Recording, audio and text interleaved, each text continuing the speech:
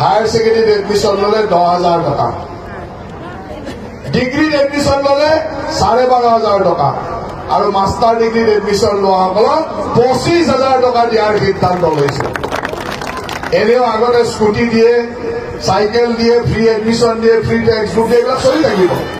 সুন্দৰভাৱে ট্ৰিপুল ইঞ্জিনৰ চৰকাৰেৰে আগবাঢ়িব পাৰিব। আমাৰ লক্ষ্য হ'ল যাতে আমি সকলো মানুহক সুৰক্ষিত কৰিব পাৰোঁ, সকলো জাতি জনগোষ্ঠী সুৰক্ষিত হৈ এটা সমন্বয়ৰ মাজেৰে আমি সুন্দৰভাৱে অঞ্চলটোক আগবঢ়াই পাইছে বিধায়ক হিচাপে। এতিয়া আপোনালোকে আন এজন সক্ৰিয় আমাৰ যুৱ নেতাক আপোনালোকে অহাবাৰৰ পৰা বিধায়ক পাব। এইজন হ'ল জলেন দৈমাৰী।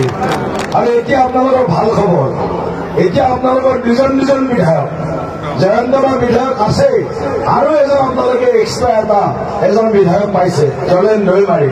গতিকে সাংসদ হিচাপে মই আছিলোৱে, আপোনালোকৰ আশীৰ্বাদত আকৌ আমি আপোনালোকৰ সেৱা কৰাৰ সুযোগ পাম, এইটো মোৰ বিশ্বাস আছে। এতিয়া বনাইছো টিম্পুখী নাৰায়ণগা ৰাস্তা ঘাটৰ কথা মোক ক'ব নালাগে, এই দলংখন কাটি লৈছে, বিজেপি কৰিছে, কংগ্ৰেছ কৰিছে, বিজেপি কৰিছে, কোনে কৰিছে? বিজেপিৰ কাৰণে হাত চাপৰি এটা হাত চাপৰি এটা